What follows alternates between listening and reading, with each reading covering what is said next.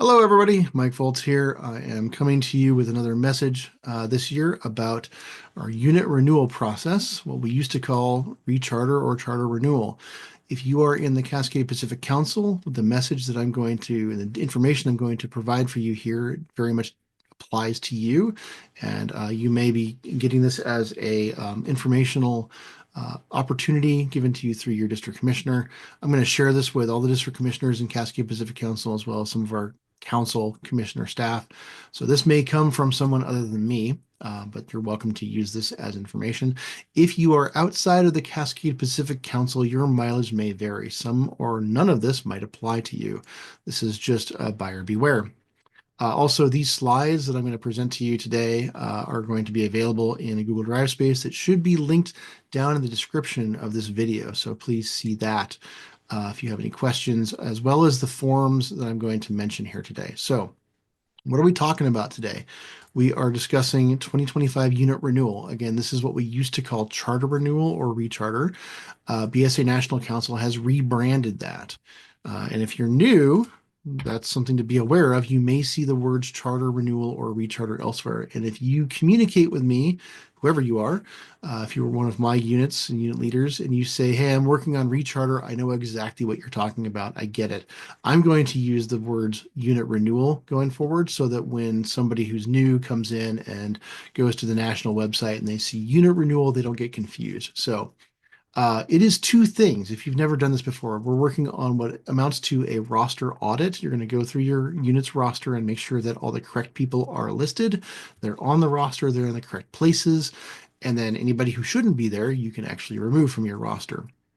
We're also going to our charter organization for our unit and making sure that they agree that we're going to continue scouting for another year. We'll talk about that in just a few minutes. For me, the roster audit is primarily something we need to make sure we get right for our youth members. If we're in a troop and we have youth coming in from a pack, as an example, they just finished Arrow of Light, they're crossing over, we need to make sure they're in our roster and correctly assigned and in place, right? Also, adult volunteers, make sure everybody's there. Back to the youth for just a moment. If you had youth that aged out, Tommy Tenderfoot turned 18 and he's no longer part of your troop, make sure that Tommy Tenderfoot isn't on your roster again. That sort of thing, right? Okay, please do your best as you go through this process to get this information correct and on the official roster. Make notes as you go. If it were me, I would be writing notes either in a spreadsheet, a document, or maybe on a piece of paper. Yes, we need to make sure that Bill is not a den leader anymore, but he's a committee member in our pack, something like that, right? You're going to be able to use different tools to complete different parts of this process, and I'll go over what that is when the time comes in this presentation. Um, Make sure you get those youth members in before you start the process online of unit renewal. I'll talk about that repeatedly as we go through this, and also be certain your key three is correct. Key three, I'll talk about more in a minute, and it's really critical we have those as well as the executive officer correct. If they're not, let your district commissioner know. Hi, my name is Mike from Pacific Trail. I'm your district commissioner. This is going to be a challenge if they're not correct. So go look for that and let us know if something's amiss. Okay, if you've done this before, we have a number of people in our district who have done this many, many times for many years. This is going to be a completely different process. This is totally different, totally new. New tool, new everything. Individual renewal now is separate from unit renewal. I've been talking about this for months, and this is the crux of why we're calling it unit renewal and individual or membership renewal, not charter renewal. Those two things have been decoupled. The new tool we're going to use for both of those actually is in the my.scouting.org tools. I'll talk more about that in a second. I'll also show you, give you a demonstration. The individuals that are going to be handling unit renewal in this charter renewal process. I still have charter renewal on my slide. Sorry about that. It's going to be a key three member. I'm told that key three people are going to have access to this tool. And we'll go over who key three is in a second if you're not familiar. I have reason to believe that key three delegates might have access to this, but I don't know for certain. So your mileage may vary. Please be patient. We are not the first group to go through this process, right? If you've been doing this for years, you know that we used to be going through this process in the November, December timeframe. The powers that be in Cascade Pacific Council has decided that we're going to delay that and have this be done 3 months later. That means that a whole bunch of other units in the Boy Scouts of America National Council across our nation have gone through this process about 3 months ago, and they've worked out a lot of the bugs. However, I guarantee you we're going to find some interesting little gotchas here and there. It happens every single time, so please be patient. Let us know if you see a bug, if you see a problem. I will let you know of some of the things that I'm aware of in terms of gotchas that you need to be trying to stay away from. All right. What should you be doing right now, even before you open the unit renewal tool? Go into My.Scouting, look at the roster tool, go through and do that manual audit, make taking notes as you go. I think for most of us, we can't change a lot in the roster within my.scouting.org. That's okay. Most importantly, if you use Scoutbook, don't use it for your roster audit. Scoutbook can and often does lie to us about who is on our roster. The real source is my.scouting.org. When you use the drop down in your unit to go to the roster tool, that is the direct access to the actual database. You're also looking for youth protection training, the aging report. Who is going to, in your adult volunteer roster, going to have their YPT expire sometime soon? I'm going to repeat this a number of times in this presentation. Every single adult that continues on with your unit as of April 1st, 2025 must have their youth protection training be valid and not be expired before April 1st, 2026. That effectively means this is a new Cascade Pacific Council requirement. This is not nationwide, it's not National Council, it's our Cascade Pacific Council that's requiring this. Our adult leaders must effectively take youth protection every single year, and it must be valid for the entire duration of this new charter that we're getting for each unit. This is kind of a big deal, and it's a little bit challenging to explain sometimes, but sometimes. Um, it's easiest to say do a youth protection training aging report and look for anything that ages out or expires before April 1st, 2026. Go harass, pester those people, those adults, and make sure they get the youth protection training renewed. Yes, you could have had somebody on your roster, your scoutmaster, assistant, whatever, cub master, den leader, that did their youth protection training April 31st, 2024. They will have to do it again. It's just the way it is. Um, get any outstanding youth member registrations taken care of. If you have, again, Cub Scouts coming into your troop, or maybe you have new friends that are looking at joining your Cub Scout pack and they're like, yes, we're going to join, get that done first. Most of us are using online applications, the online registration forms. Those are great. They work really well. Make sure those are done before you start the actual unit renewal process with the online tool. Get those taken care of. And also verify your critical adult volunteers are in place, they're registered in the right roles. We'll talk about that a little bit more as time goes on. A new policy requirement from Cascade Pacific Council. Key 3 unit leaders must be fully trained for their position. This is position specific leader training. For chartered organization representatives and committee chairs and cub masters, this can be done online. It can be done in your pajamas at 2 in the morning. Nobody cares. We just want you to get it done. The bigger challenge we might be facing is scoutmasters, crew advisors, and Sea Scout skippers throughout our entire council may not have the in-person outdoor part of their training completed, and that's not offered every day. The other half of that, the in-person classroom or online training for Scoutmasters, crew advisors, and Sea Scout skippers can be done whenever. For Scoutmasters, by the way, that's IOLS. I believe there's a very similar thing for crews and ships. I'm not sure what the name is. It's probably IOLSC. Anyway, one of the things to keep in mind is you need to track this yourself. Go look at your roster, go look at your training data, filter by key 3, and see if it says they're trained. You should have a little icon that says trained, just like the patch. If that shows up, you're good. If it doesn't show up, you have to ask, what are they missing? We'll get around to that in a second. This is not going to be a what I call a hard error or a restrictive thing for you to submit your renewal, your unit renewal via the tool. This is going to be something that our council volunteers and professionals are going to audit and make sure that's put in place. So if you submit your unit renewal and your key three is not fully trained, your submission is going to go into a state of limbo. And we're going to start contacting you and saying, why isn't your scoutmaster or your cub master or your committee chair fully trained? When are they going to finish that? Um, for a lot of us, that is probably going to be something along the lines of IOLS, Scoutmasters, that's required. Crew advisors and Sea Scout skippers, it's going to be something very similar is required. The other thing you need to be aware of, and I need to make this very clear, we've gone into a bit of a training recession as of January 1st. And I think there are a couple of reasons for that. A big one is weather hazards. The code for weather hazards, by the way, is SCO 800. And what happened on January 1st is that National Council enacted a check on the policy that weather hazards expires every 24 months and is required for direct contact unit leaders.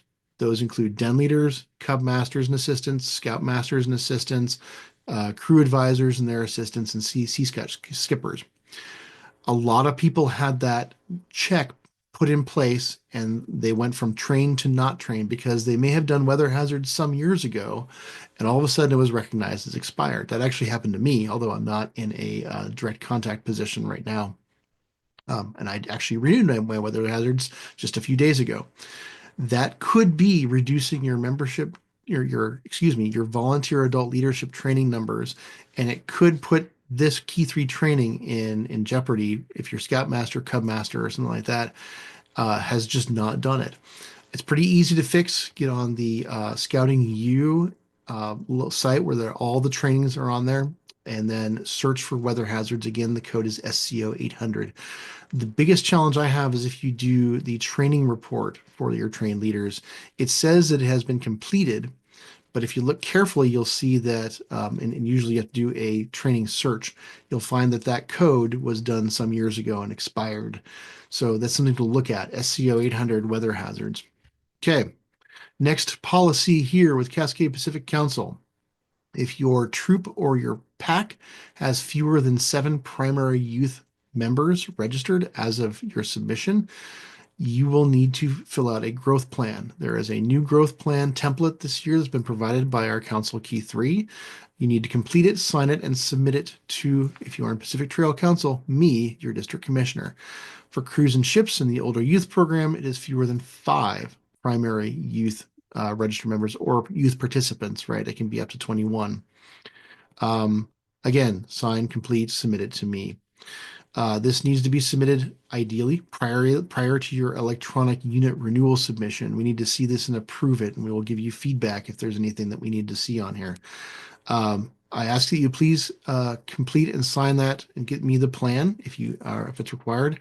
Either as a hard copy, you can hand it to me physically, or you can scan it to PDF as a document, as a file, and email that file to me. I'm going to give you a quick insight. There's a couple other documents you'll need to submit in a similar format.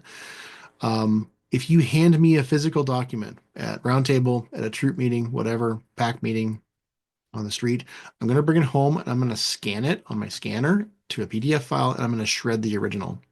And I'm going to save that to my Google Drive cloud space where I'm storing all these. They're all sorted.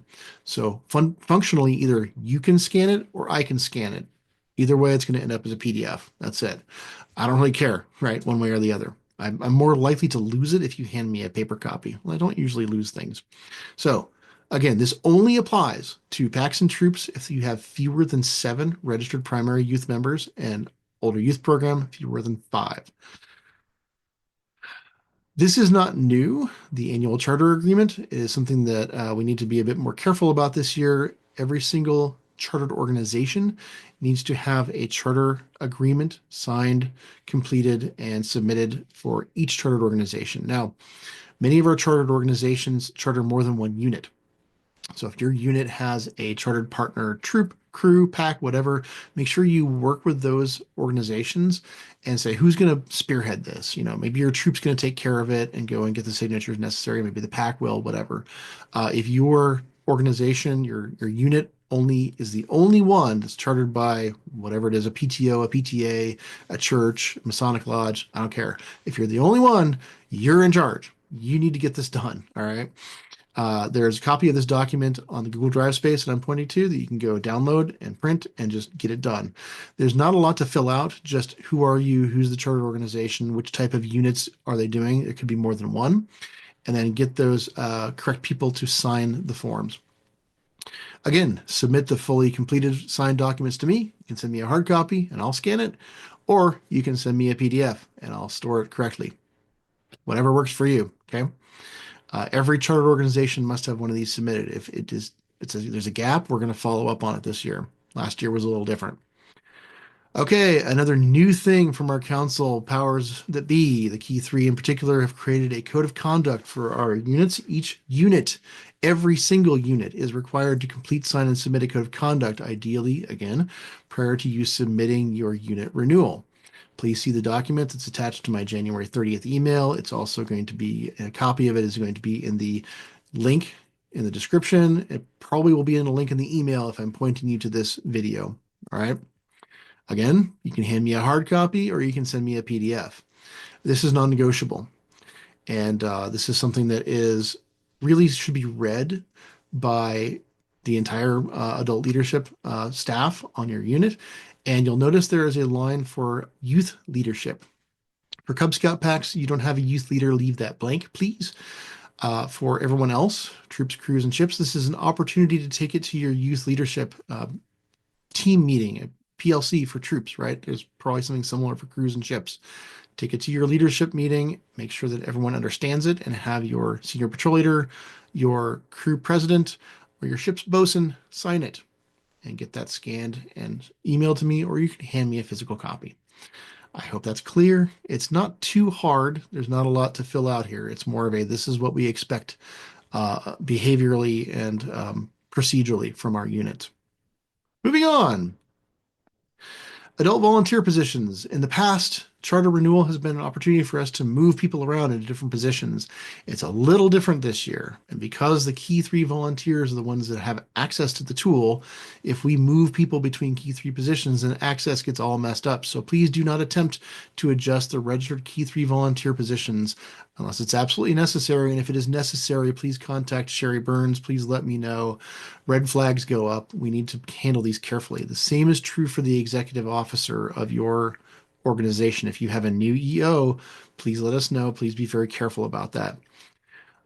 In theory, you should be able to make adjustments to other volunteers. And my example is you have a den leader who's an Arrow of Light den leader. Their den just graduated and is now joining a bunch of different troops, or maybe one troop, whatever.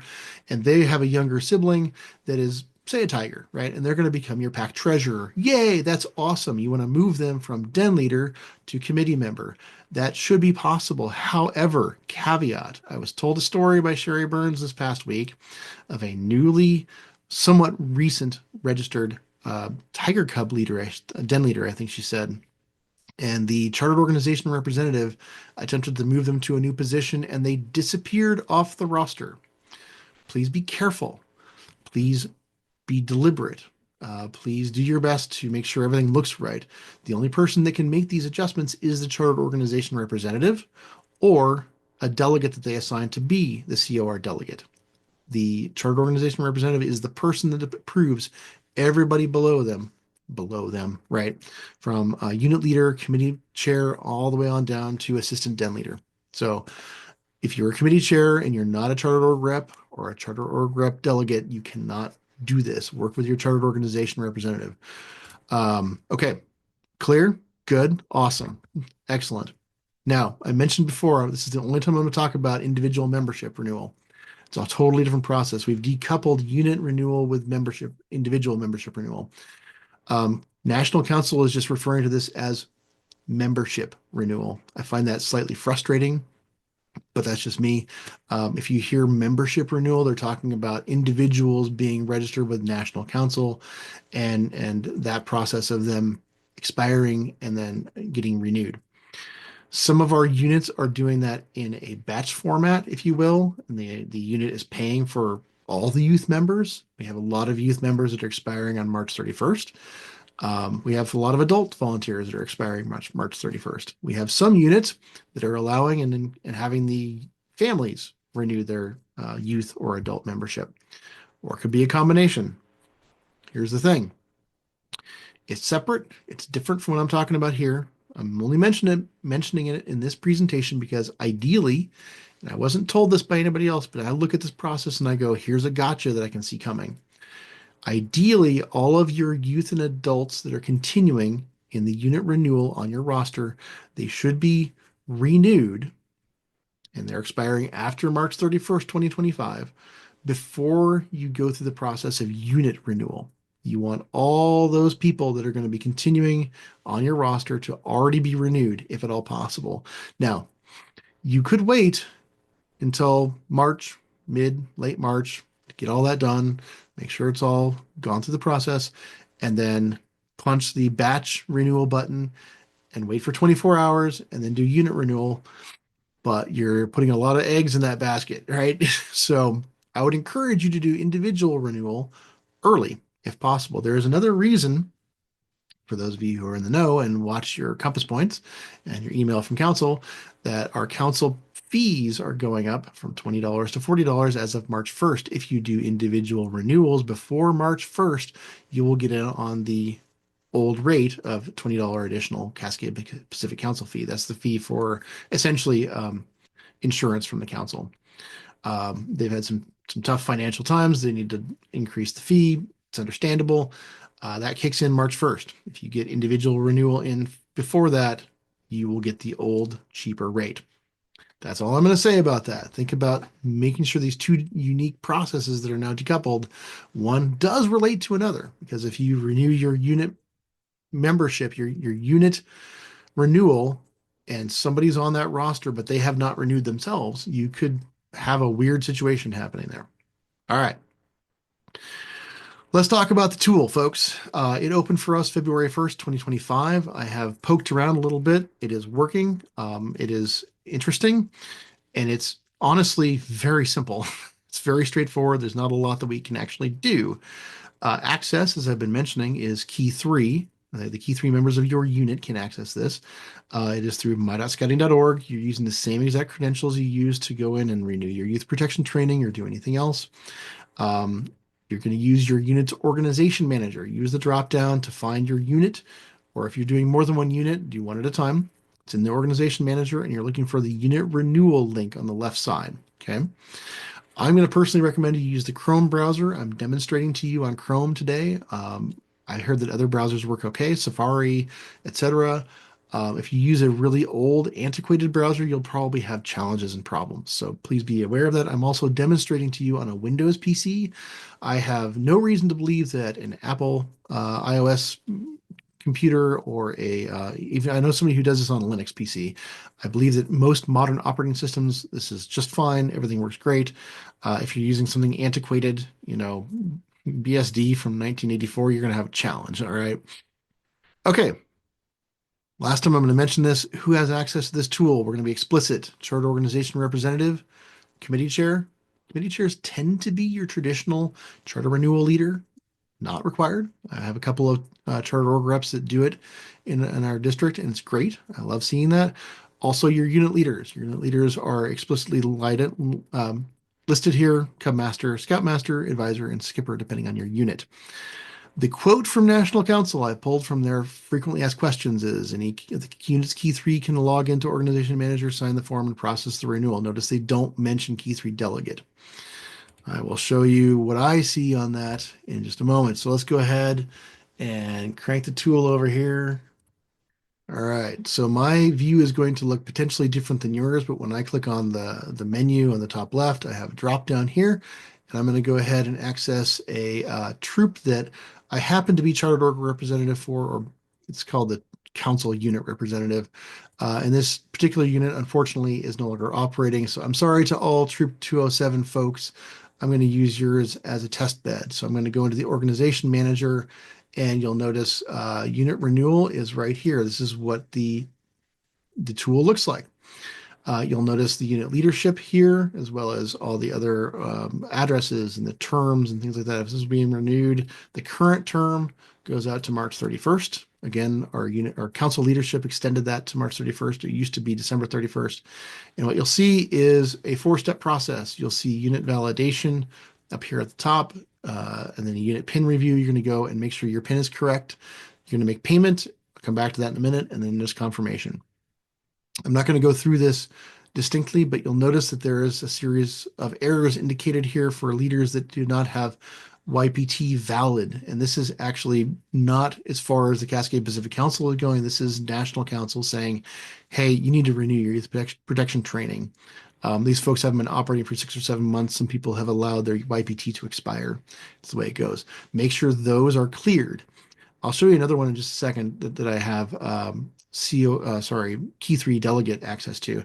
I think you type your name on I approve of the above named unit and leadership of the year for this year. If everything's good, you should have that, the next step, review your unit pin. There is an option to pay at council. I'm not going to actually do anything here, just so you know. But this is what the tool looks like. It should be quick. It should be simple. What do you do before that? I mentioned the unit roster. I'm not going to click into the roster here because there's lots of personal information, but going through the roster and looking at who's going to be renewed, who's in what position is very critical. The other thing to look at is the training manager, right? And this is what the training manager for this troop looks like. You can go in and say, oh my gosh, who has expired? When are they going to renew? This is the report you should use here for YPT. It's called the aging report. It'll give you basically a spreadsheet, and you can sort by when the YPT is effective through and sort it by ascending. And it'll go through who has expired soonest to latest. And you're looking for April 1st, 2026 as your margin there. Anybody that's got their YPT expiring before that, they need to be dealt with and talked to and have, if they're continuing with your unit. Okay, so I'm going to show you a unit that I am a Key 3 delegate on. My apologies to Troop 162. My son's a member of this troop. I'm going to go ahead and go into their organization manager. And what you'll see when I click into unit renewal is an interesting error that I'm not familiar with. There are two errors. A couple folks need to renew their YPT, and there is a chartered organization representative who apparently their term has expired. It doesn't look like it has. This is something that if you see this, you should probably contact Sherry Burns and say, what's going on? I'm going to recommend this to my committee chair to go ask Sherry what's going on with this, because it looks like they should be fine. These are the kind of things you're looking for, right? Now, I'm a Key 3 delegate. I have access to this. If I type my name, look at that. The pin review lights up. So maybe if you are a Key 3 delegate, you might be able to access this tool. You might run into problems. I don't know. It's worth considering if you want to take that risk. All right. So that is the tool. We're going to go back and continue our discussion here. I've only got a few more slides to go over. Multiples. The selection of the primary unit that any individual is assigned to is now done in individual membership renewal, not in the unit renewal. So it used to be with charter renewal, we would be able to switch people around and say, oh, you're going to be primary with this unit, or you're multiple with my unit, or whatever. That is not part of the process anymore. It's part of individual membership. For the most part, that kind of doesn't matter unless you're in a situation where your unit is small and you need to meet that minimum threshold. It's worth considering that, looking through and seeing who is primary, who's not. And if you have a bunch of people coming up that are to be renewed on March 31st individually, work with those people, work with the process, and try to make sure you get those lined up correctly. That will save you a lot of headache in the future. If you have problems, please contact Sherry Burns at Council. She can probably help or give you some guidance. As opposed to in years past, where we're paying quite a bit of money for all of our members to be renewed, as well as a small bit for our unit to be renewed, we are in this process only renewing the unit. Individual membership renewal is elsewhere. So you at the end of this will be asked to pay exactly exactly $100. It's on the screen right there. That is the unit renewal fee for 12 months. My understanding is that there are three ways to pay. You may pay via credit card, you may pay via ACH transaction directly from your bank, and you may also elect to pay at local council. You may have seen the button down there at the bottom that said pay at local council pretty early on. Um, each of those is plausible, usable. Local council, the office is now open over off Nimbus. I will say credit card will probably come with a fee. It's usually 3 to 4%. I don't know exactly what it is, but I would expect to shell out a couple extra bucks for the privilege of using a credit card. ACH usually is a buck or just less, a little bit less. I think it was 95 cents last time I did an ACH transaction, right? Whichever one works for you. That's all it is. It's only $100. So again, you're renewing the unit for another 12 months. That's it. This is not including all of the membership fees for all of your adults and youth. That's elsewhere, membership renewal.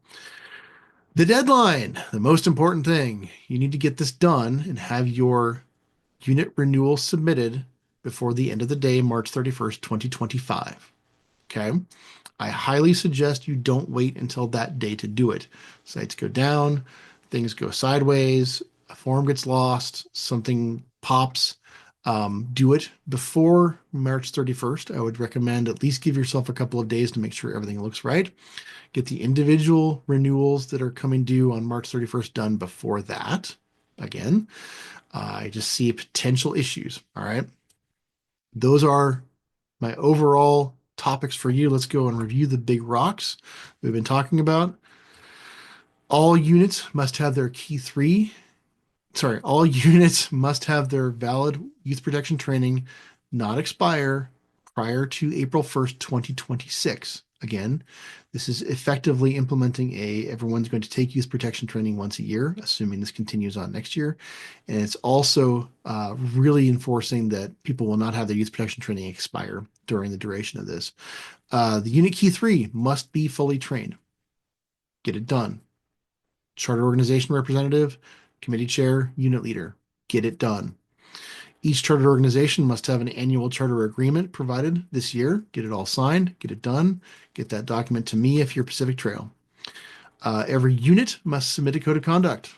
Print it, fill it out, sign it, get it to me. If you're a small unit, again, those thresholds that I mentioned before, you need a growth plan. There's a template in place for you. Use it. Ask me if you have questions.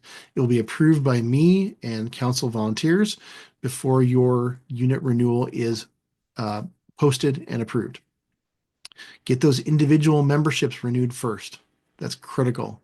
Don't let people who are going to be continuing to scouting not have their membership renewed. That's going to be a problem. And again, the deadline, March 31st, 2025. There are a few resources I want to point you to. BSA National has a site with videos, some links, some frequently asked questions. It's pretty good. I want to point you directly to a Q&A from October that answered a few questions for me. It's very detailed. There's a lot of stuff in there. It's kind of focused, I think, for professionals, but it might answer a few of your questions. How do I do this? What does this mean? And then our local council has a renewal guide. And I know it says charter renewal on the link. Again, you see charter renewal. Now it's unit renewal. So there's that. Thank you for listening. Thank you for being a part of this. I sincerely appreciate it. If you have questions or concerns in your Pacific Trail Pacific Trail District, Cascade Pacific Council volunteer, let me know. I'm here to help. If you are outside of Pacific Trail District, please work with your district commissioner to get this done. Thank you very much for your time and have a great renewal season. Thank you.